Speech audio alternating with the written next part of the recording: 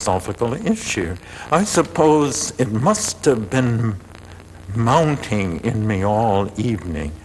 As we walked back to our dormitory, a little cluster of us, 4 or 5, stood in the dorm hall until after midnight, just hammer and tong, talking about these as unlikely a group of peripatetics as you would find anywhere.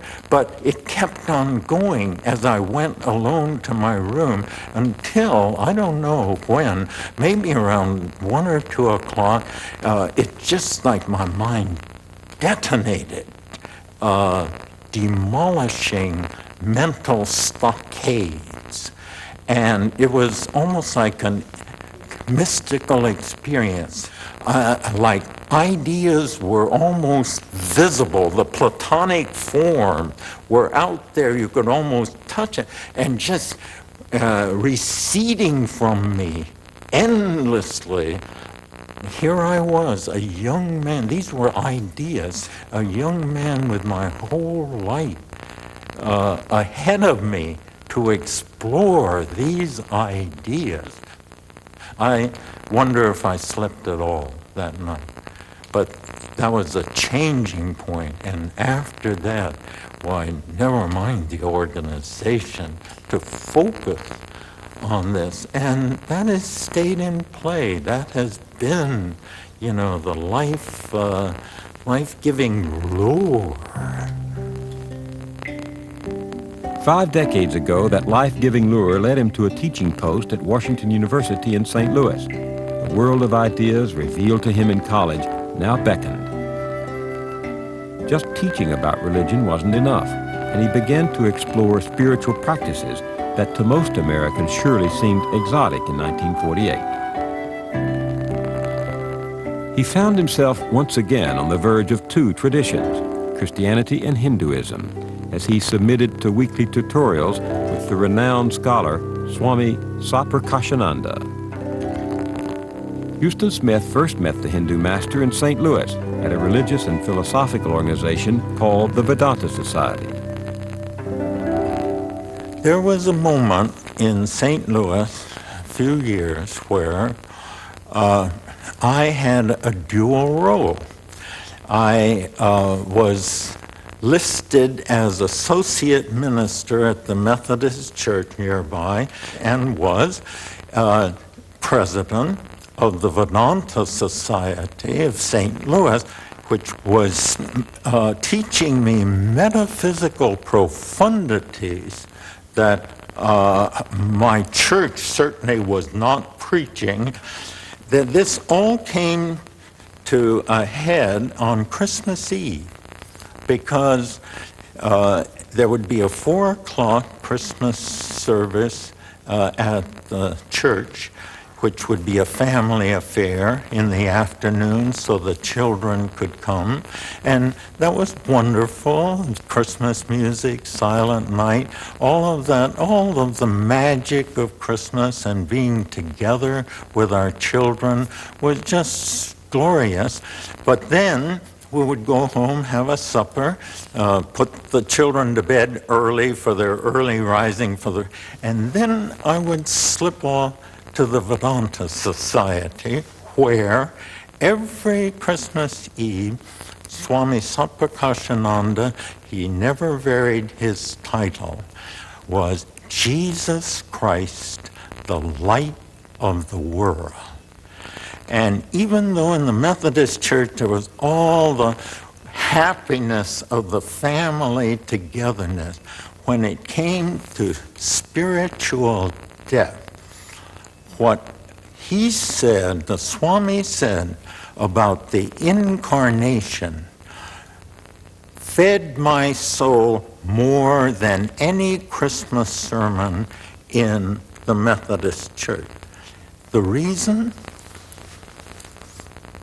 The Swami literally believed in the incarnation, that God had metaphysically become a human being.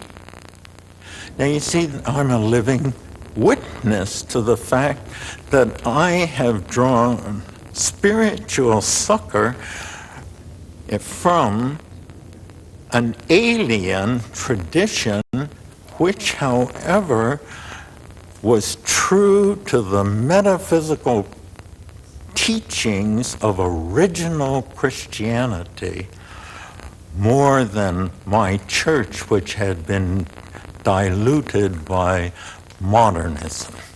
I cite that simply as an evidence of the missionary enterprise to this country and how it bears fruit. I've been asked many times, son of missionary, do you believe in the missionary enterprise? And my answer is yes, both ways.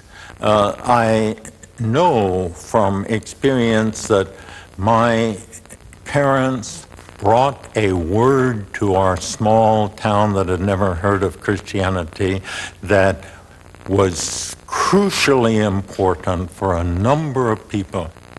Now that I'm older, I likewise welcome the missionaries from Asia that are very much in evidence in our own culture, and I think the same thing is happening.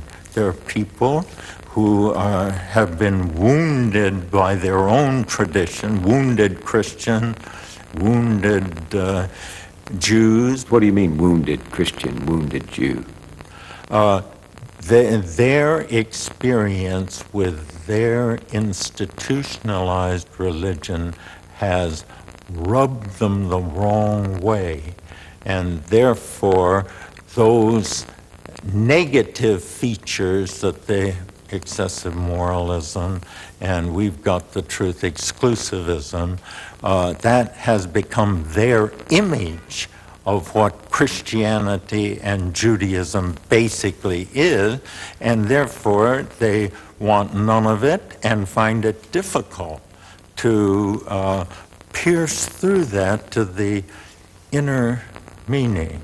What are these emissaries from these other cultures, these other wisdom traditions, Buddhism, Taoism, Shintoism, what are they bringing to this country?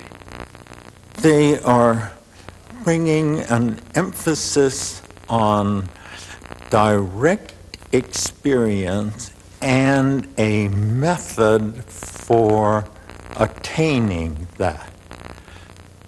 I happen to think that the world's historical religions divide into three families, each with their distinctive characteristic.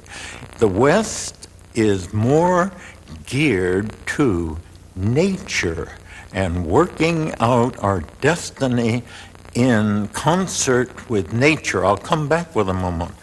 The Chinese are more geared to the social problem, relationship not to nature so much as to other human beings. And the South Asian family, Hinduism and Buddhism, are oriented towards the inner self, and therefore became historically the world's introspective psychology.